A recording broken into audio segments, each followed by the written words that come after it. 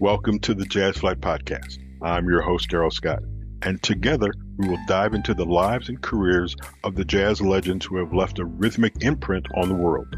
Be prepared to reminisce on the highs and the lows of their musical journey and the trials that sculpted their timeless musical gems. We'll preserve the legacy of these extraordinary maestros and find inspiration in the melodies of their lives. Subscribe now and never miss a beat. Now, let's get to the show.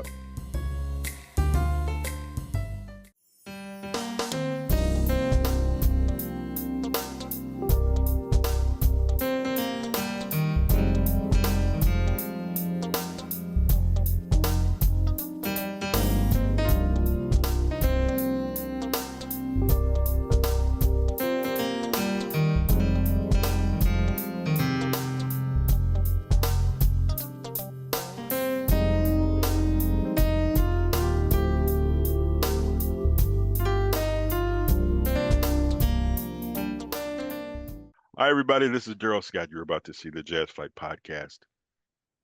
We got a cat now who's a drummer, and I have this, I don't know, this love of drummers because I tell everybody right now, and you're going to get this question.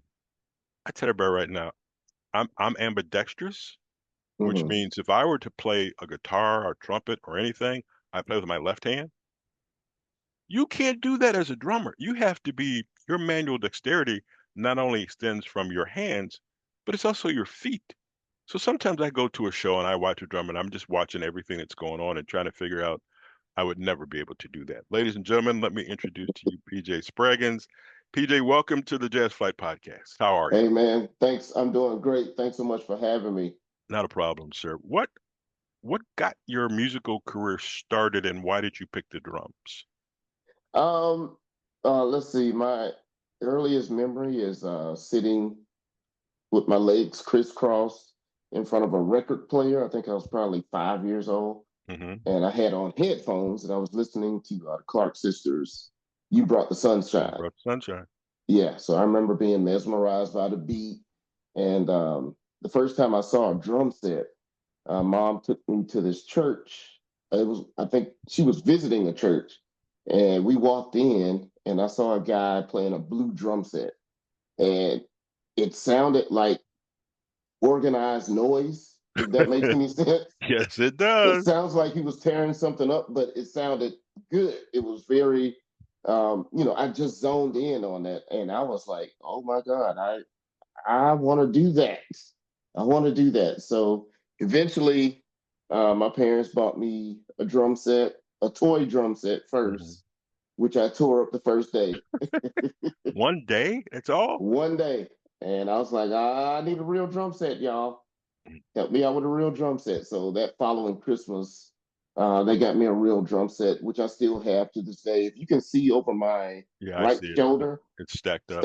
yeah, that's the drum set that mom bought me when I was 8 years old. And still in good condition. I was gonna say, so that was only what, 10, 12 years ago when you were 8. Oh yeah, we'll stick with that. Now, in reading about you, you the church plays an important part in your musical career. Can you talk about that? Yes. So I first started. I didn't start immediately playing in church. Of course, I had to learn how to play drums first. So I would, Hmm. um, and I'm pretty much self-taught. So I would listen to the radio because back then in the mid '80s we didn't have YouTube, we Yes. didn't have the internet, so Hmm. we had radio on a dial that you had to tune to. Yes. So I would listen to like top 40 radio, rock and roll, R&B, and I would sit right next to the radio and try to play along with whatever I heard. Hmm. So that's how I learned how to play or learn songs like Phil Collins and Van Halen, Anita Baker. It spans the gamut of musical genres. So Hmm. that's how I learned how to play. And eventually I got good enough to keep a solid beat, a solid Right. groove. And mom would let me play in church sometimes. Hmm.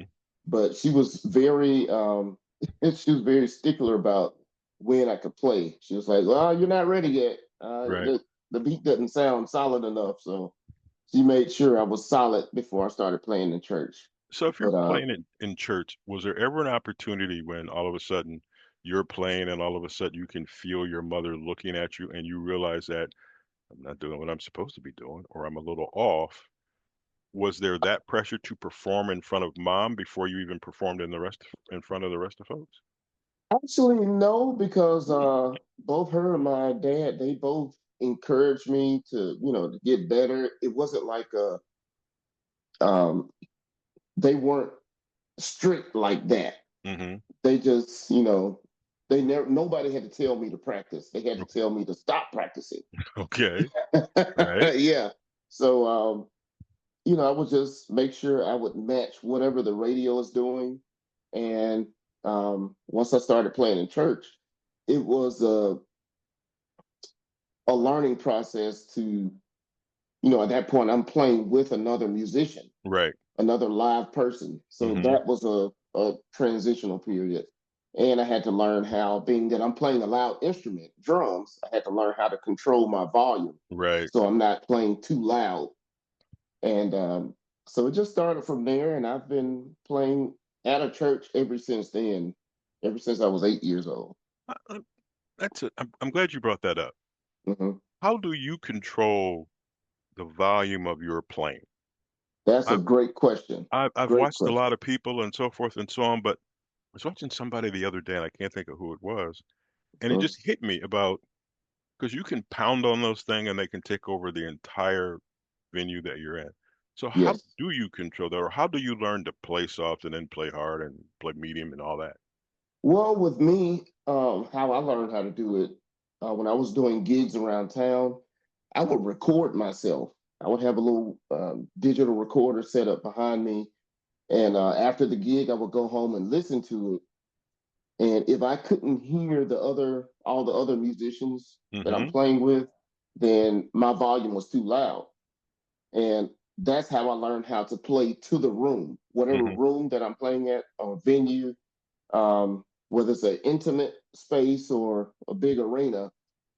I think it's very important for drummers to learn how to play to whatever room that you're in because you shouldn't want to play super loud in a small venue Right. because thankfully the guys that I learned how to play around, they were older than me, so they would Mm-hmm. tell me, "Hey, you're playing a little bit too loud," and I would listen, and it was like, if you can't hear everybody that you're playing with, you're playing too loud. Mm. So I kept that in mind and tried to tone down my playing based on whatever room I'm playing in.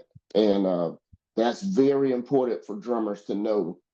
Um, it also that learning that skill will make sure that you keep working Right. because yeah, nobody wants a drummer playing too loud and they can't hear anything and people in the audience are holding their ears, Right. I don't want that. Music is supposed to be enjoyable. So I try to make sure that it's enjoyable for the people that I play with and the people that I play for. Okay. All right. Um, who were your mentors? Who were the people that you learned to follow for playing the drums? Let's see, early on, it's kind of an indirect mentor. I say that because I watched them on TV. Mm-hmm. Um, Chuck Morris, if you remember the Arsenio Hall show. Yes. Yeah, so I used to stay up late and watch him playing with the band because I don't know if you realize this, but most drummers play cross-handed like Yeah. this. Yes.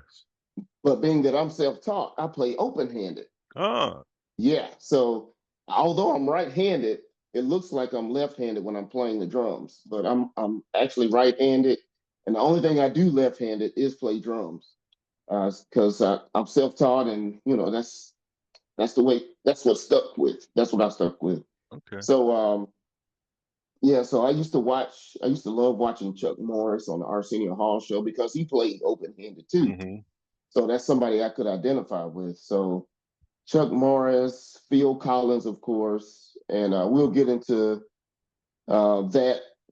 I'm sure we'll get into Phil Collins a little bit later on because that's what inspired me to start writing my own music Mm-hmm. as a drummer. Right. Let's see. As far as the jazz greats, you got Buddy Rich, you got Max Roach, Art Blakey. Um, let's see. Oh my God, it's a whole bunch of them. Philly Joe Jones. And of course, these guys I haven't met. I've just seen lots Right. of video. Right. And, I would take what I could from each one of those guys and implement in my own playing. But I learned a lot from watching other people like that. How do you take what they do and implement it into your style? What is it that you do?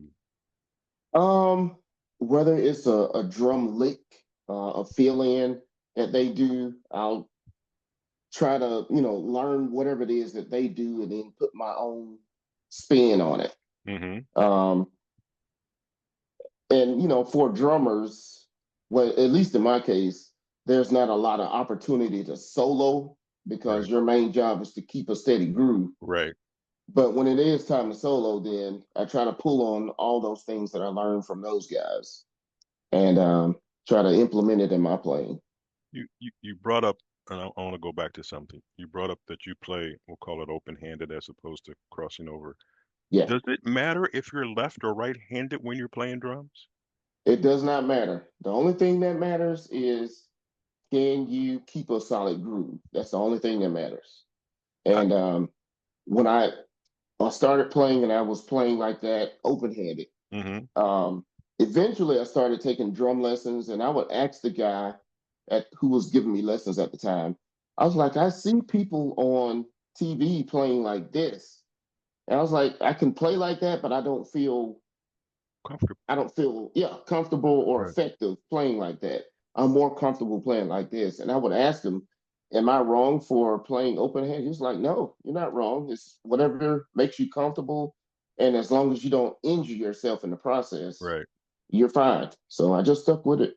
It, it's funny now that we've talked about this, every concert I go to now, henceforth and forevermore, I Yeah. will look at the drummer and see if they're playing open-handed or cross-handed. And and, Yeah. and, and that's the one thing I enjoy about doing this is that you learn something from each Hmm. musician, whether it's the cross-handed or whatever, or if they have another a side hustle as I call it. I'm Yeah. going to take a break here, and what we're going to do is we're going to play a song. We're going to Okay. play High Five, Yes, sir. which features, help me out, is it Ali, Oli, what's his name? Silk? Ollie Silk. Ali Silk. So we're we're Hmm. we're hopefully getting him on the show too. So here's High Five from PJ Spraggins and Ali Silk on the Jazz Flyte Podcast.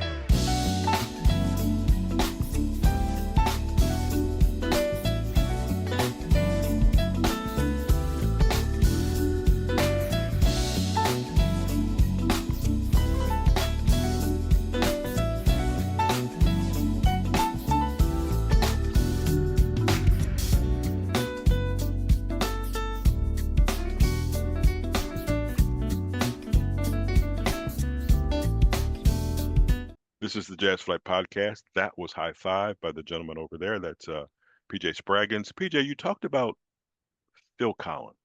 What was the effect he had on your playing? Oh man. So everybody in the world, I'm sure, is familiar with the one of his songs, "In the Air Tonight." That is a tremendous song, and that drums is just wonderful. Yes, it is very wonderful. And I heard that song when it came out on the radio, and of course, I was mimicking everything I heard, and I was enthralled by the sound of the drums. And when I got a little older, I started doing research on Phil, and come to find out, he wrote a lot of his own music. Hmm. Well, that was appealing to me because I had an interest early on in also playing piano, and I would try to come up with my own music as well. Hmm. And eventually, I started literally writing my own songs and composing my own songs, and that came, as a result from listening to Phil Collins when I was younger, and just listening to the music that he created as a drummer, and it just encouraged me to do that myself. Hmm. And I'm glad that I did that and stuck with it over the years. So I am. coming up on my 20th year Mm-hmm. of writing and producing my own music. My first album came out in 2006, The Light of Day. That album I played all the keyboards on and did the drum programming and played drums, a little bit of bass and stuff as well. Um, but I'm so glad I stuck with it and put that album out because it led to subsequently three more albums. I'm working on my fifth one now. Mm-hmm. So it's been a journey as an independent artist. It's been a an interesting journey, but one that I would do all over again because it's a lot of fun. It's funny as you talk, a million questions are going through this feeble brain of mine. Um, you say you also do producing. Yes. Here's the thing I don't get, and I've talked to a couple. How do you, if I'm the artist and you are my producer, first of all, I choose you, and we have to come up with a plan for whatever song that you and I are going to do together. Yes. Do you, how do you get that information out of the artist, or do they just go, I'm just going to play this and you do the rest? Yeah. Um, how does that producing thing work? And I'm sure it's not the only one that you're working on. When you have when you have your projects, the product that you're producing for one person, and then you've got another one. How the heck do you manage your time? Well, that's a great question, and the answer is very carefully. You have to manage it very carefully. Um, but I haven't had the experience of working with or producing for more than one artist at a time. Hmm. Maybe that'll happen in the future, but I I actually like producing one artist at a time. Hmm. And when I'm not producing my own stuff, every now and then I'll get a an inquiry about making songs for other people. Hmm. So it's either one of two ways I can do it that works for me. The first and most preferable way for me is to send them something that I've already worked on Right. that doesn't have a melody, and maybe they can play on it. Hmm. Then the other way is they can send me a song that they have a melody idea for, Right. and I can take that idea and build around it, build something or build a whole song around that. Hmm. So I could do it either way, but for me, I preferably like if I've already started working on something and I send it to them and they like it and they can add to it. I find that remarkable just because you have one person who was the main focus, and then you come in to kind of mold the clay, let's say, Yeah, to get them to do whatever. I just,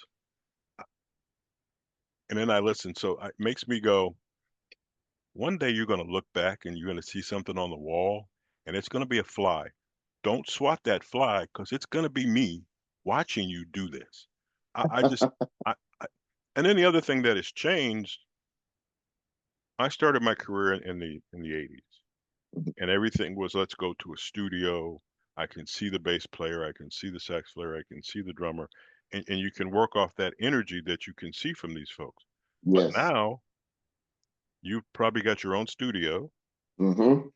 you have a computer, so you've had to adjust and increase your computer skills. Yes. And then it's based upon once you get everything, it's based upon you. That's And, right. and you have to send it back. So that it is there more pressure to be a producer? It's well for me it's not because um I I came up in the 80s. I was born in 75, but I started making my own music in the I say mid 80s as a young a preteen I should say. Mm-hmm. So I pretty much came along as technology was changing. Right. And I remember I think it was the 10th grade. I was in the jazz band in high school. And that was my first time going into a recording studio. we were good enough to go into the recording studio and record an album. So that was my first time doing that. I had to be, probably 13 years old. And I had a great time in the studio recording drums and learning the process. But when I became, I think it was 15 or 16, that's when technology started changing and you were able to do things yourself. Right. Maybe like on a small a desktop computer. They had just come out with drum machines. And I remember I wanted to learn how to program a drum machine. Even though I was a drummer, I still wanted to learn how to do that because it was new technology. And I love technology. So fast forward to when I got to college at Alabama State University, they had a music technology lab and a recording studio, but I spent all my time in the technology lab making music on the laptop and the computers. So you could say I had the best of both worlds, recording studio and, home studio. I love both. I know what you mean by feeling the energy of the other musicians when you're in the studio. And, that's great. That's awesome. But I also like, especially when I do my own tracks. Right. I can build a demo in my studio, send it to another guy halfway around the world. Right. And, who I know is going to do a great job on his or her particular instrument. And within a matter of few days, they would send me their part back. Right. And for me, it's a lot of fun mixing that in, trying to see what sounds work. And I don't know, it's like I'm a mad scientist when I do that stuff. I absolutely love it. I got a short story for you. Go ahead. Off camera earlier, you mentioned Gerald Albright. Right. Yeah. So I met him. I think it was in 2009, I believe. 2009, 2010. We were doing a show in St. Lucia. I was part of the house band, and he was there with, I think, the Sax Pack, I believe. Okay, yeah, I remember. Yeah, so flying to St. Lucia, the plane left from Atlanta, so everybody was on that flight. Right. So Gerald Albright sat maybe a couple of rows behind me. So we all get to St. Lucia. I get off the plane. I'm starstruck. I was like, oh my God, that's Gerald Albright and a whole bunch of other great artists that I followed, whose music I followed. Right. So I didn't want to go over there and bother them and say, hey, man, can I take a picture? I didn't want to do that. Right. So at the time, I was working on my second CD, and I had my headphones on. So I was off while everybody was checking in. I was off to the side, just listening to my what would be music on my second album. And Gerald Albright walks over to me and taps me on the shoulder. He's like, hey, man, what you listening to? And I was like, me? He's like, yeah, what you listening to? I was like, I just some music that I'm working on for my second album. He's like, oh, let me check it out. I was like, are you serious? Right. You want to listen to my stuff? Right. So I let him hear it. And I gave him the headphones. He put them on, let him hear it. And he actually listened to the whole song. I thought he was just going to listen maybe a few seconds. Right. He listened to like the whole song. He took them off, gave them back to me. He was like, man, it sounds good. Let me know if you need bass on anything. I was like, are you serious? I knew that he played bass because I read stories about him being Anita Baker's music director back in the day. Right. Yeah. And I think he plays bass on most of his projects too. Right. Yeah. So once he told me that, I took him up on that. So I got his information, and fast forward to maybe like 2 weeks after the St. Lucia gig, I get back. I sent him this track that I was working on. It's a song called Grandma's Groove on my second album. My second album is called Pure Logic. But it's a song called Grandma's Groove. that I wrote for my grandmother, and I sent him the demo and wanted him to play a bass part because my bass part that I was demoing on keyboards, Mm-hmm. it was okay. It Right. was just okay. So I didn't give him any instruction. I was like, man, just do Go ahead. what you do. Right. I trust you. Do what you do. Mm-hmm. And oh my God, he sent his bass part back probably like 2 weeks later. And I think that was the icing on the cake. And I think his bass playing made the song what it is now. Nice. So if your listeners, tell your listeners to pull up Grandma's Groove from my second CD, Pure Logic, and you'll hear Gerald Albright on bass on that. It is funny. Back in when I was a young whippersnapper, a teenager, and everything, I was the guy who went to the record store and turned it over and looked to see who was playing. Yeah. I was, don't get me wrong, I was a fan of Steely Dan because they Mm-hmm. had everybody from Oh yeah. Carlton to Sample to whoever. Mm-hmm. Having interviewed Gerald, you find out that he is a bass player, but then you find out I was just doing some research.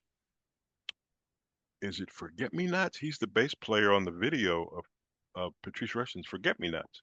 Yeah. And I'm sitting there like, and I'm looking at him like, is that Gerald Albright? And you talk about, he goes, yeah, man, I do that. You are often surprised by everything that musicians do. Yeah. I guess it took me by storm. Now I'm not going to remember because this is 122 years ago when Stevie Wonder put out the album and he played every instrument on the album. I'm Yes. like, Yes, sir. not songs in key left. I'm not going to remember, but it's It like, was an so Intervision. maybe it was Intervision, but Okay. you just go, you have far more talent than you think, and you have the Mm-hmm. ability to do all these things. Where having your own studio where you can mix everything and you can play all the different parts, or you can play 8 out of 10 and then just ask for guest stars or whatever you want to call it. Yeah. Before we continue, let's listen to another song from PJ Spraggins on the Jazz Flyte Podcast. Let's listen to Metamorphosis. Can't believe I said that correctly, but this Oh is yeah, you got Metamorphosis, it. Metamorphosis on the Jazz Flyte Podcast.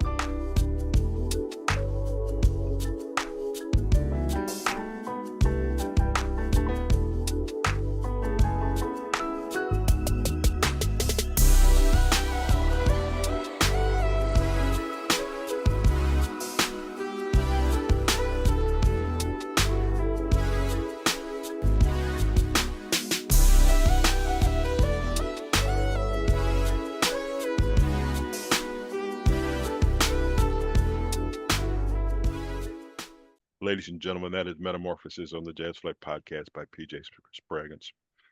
PJ, artists do an awful lot of things. I always talk about side hustles. Mm-hmm. You have an interesting side hustle that some people might go, how does he have time when does he do it? But in my mind, I think it's a way of giving back. You drive a school bus.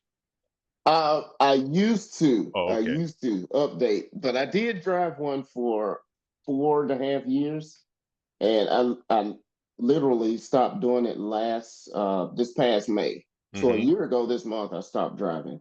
But yeah, I did do that. It was very very interesting time. I started, or I should say, I signed up to drive school buses right before COVID hit. Mm-hmm. Right before COVID hit. So at the time, my former wife, she was uh, not able to work, so I had to get a job that had health benefits. Right.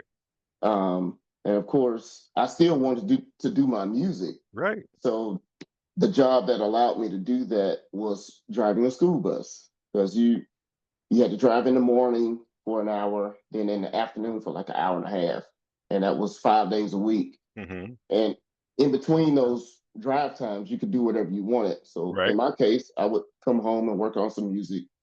And the weekends you would have off, of course, and as well as holidays, and get the summer break, all that stuff. So it was a cool situation.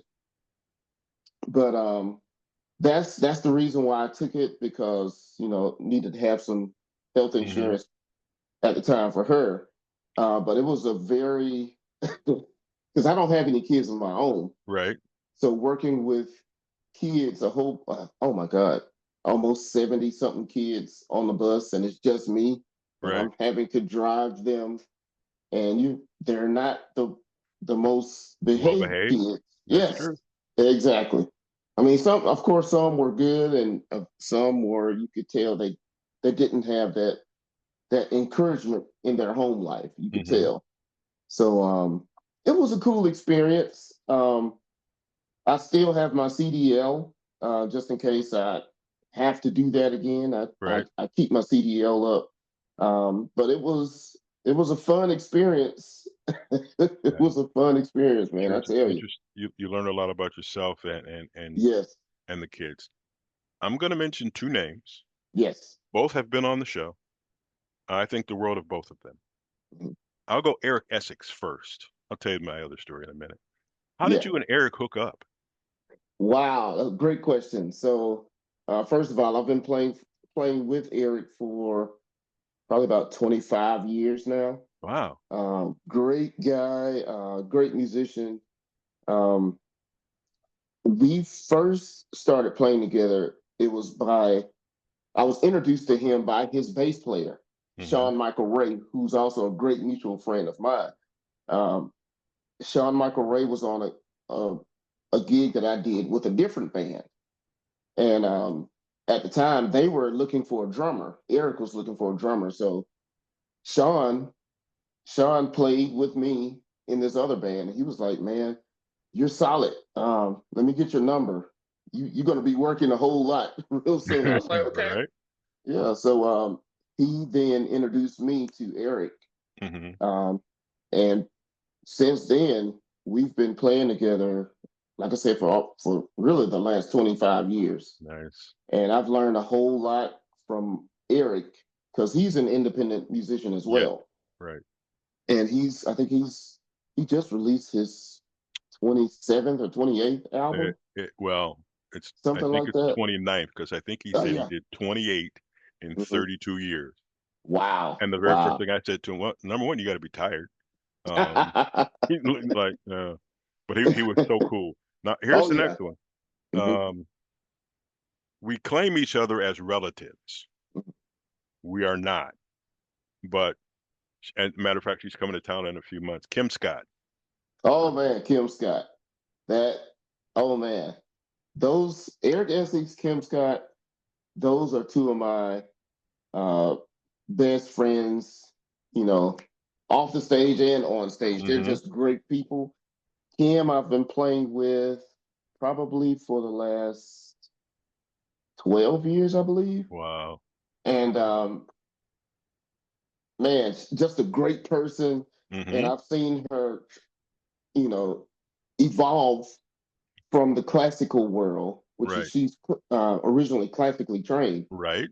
and to where she is now doing smooth jazz, and how her playing has changed in a great way. Hmm. I mean, she's always been a great player, but I've seen her transition from a classical player, and she at first she would be a little shy about approaching jazz, Right. but now, oh my God, she kills it. Yes, She she does. kills it. That's my And girl. I've had the pleasure of working with her on pretty much most of her albums, I should say, Hmm. and even co-writing and producing a few on her album "Rite of Passage." Yes. I wrote and produced "Block Party," the song "Block Party." Okay.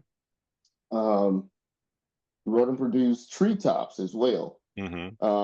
That's on Treetops is on my second album, Pure Okay. Logic. So and I invited her to guest, be a guest artist on that song. And Sweet Obsessions, I wrote that one. We Hmm. co-wrote that one together. It's another one we did, You and I, Yes. and then another one, Two Become One. Hmm.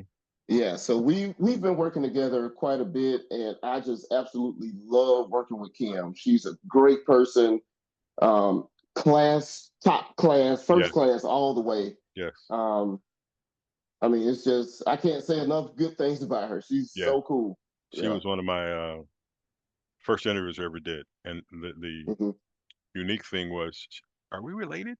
I don't think so. I don't think so. So, but we share Mhm. the same last name for radio and music purposes as well. Yeah, yeah. All right. Um, what's up next for PJ Spraggins?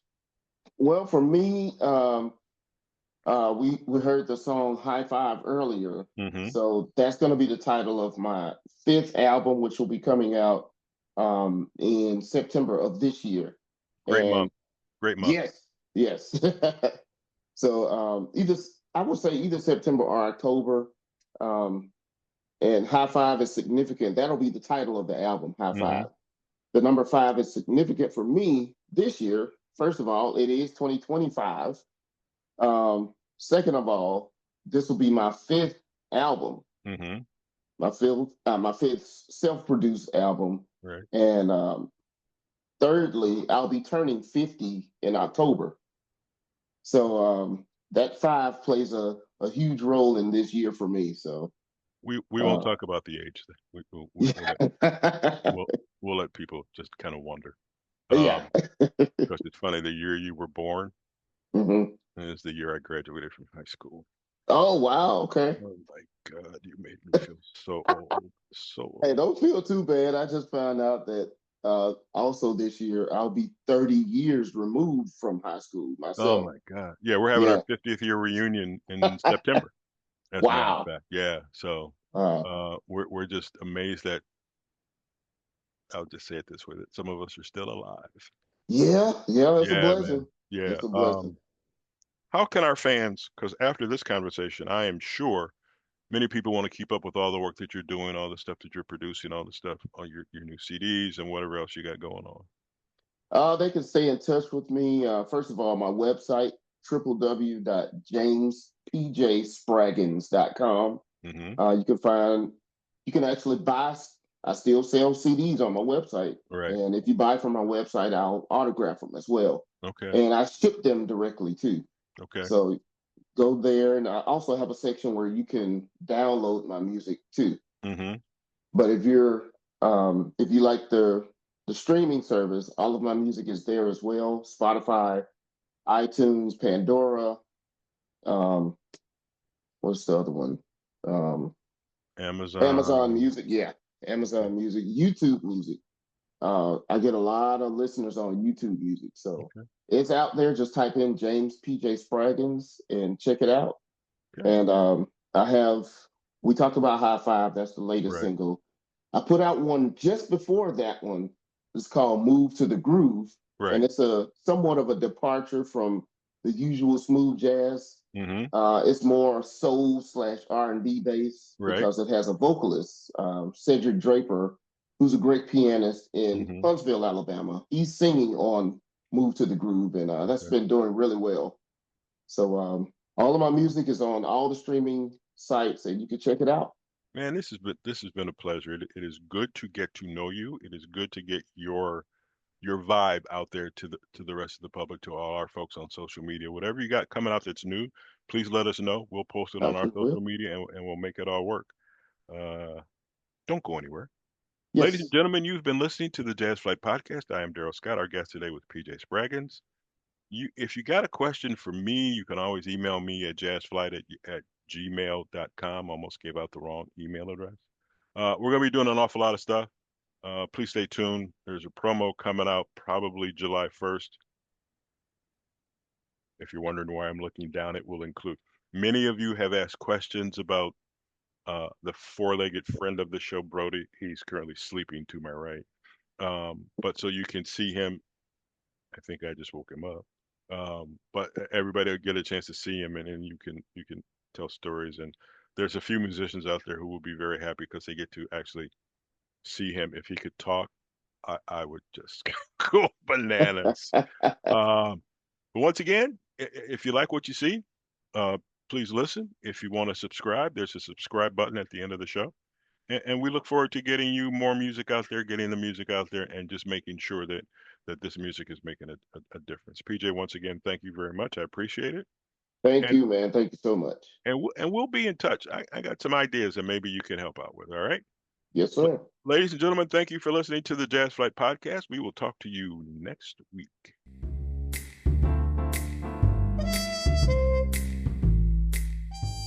Thank you for tuning in to the Jazz Flyte Podcast. I hope you enjoy these stories and soulful melodies that grew through the doors of time. If you want to stay connected with the latest updates and episodes, don't forget to subscribe to my channel and hit the notification bell.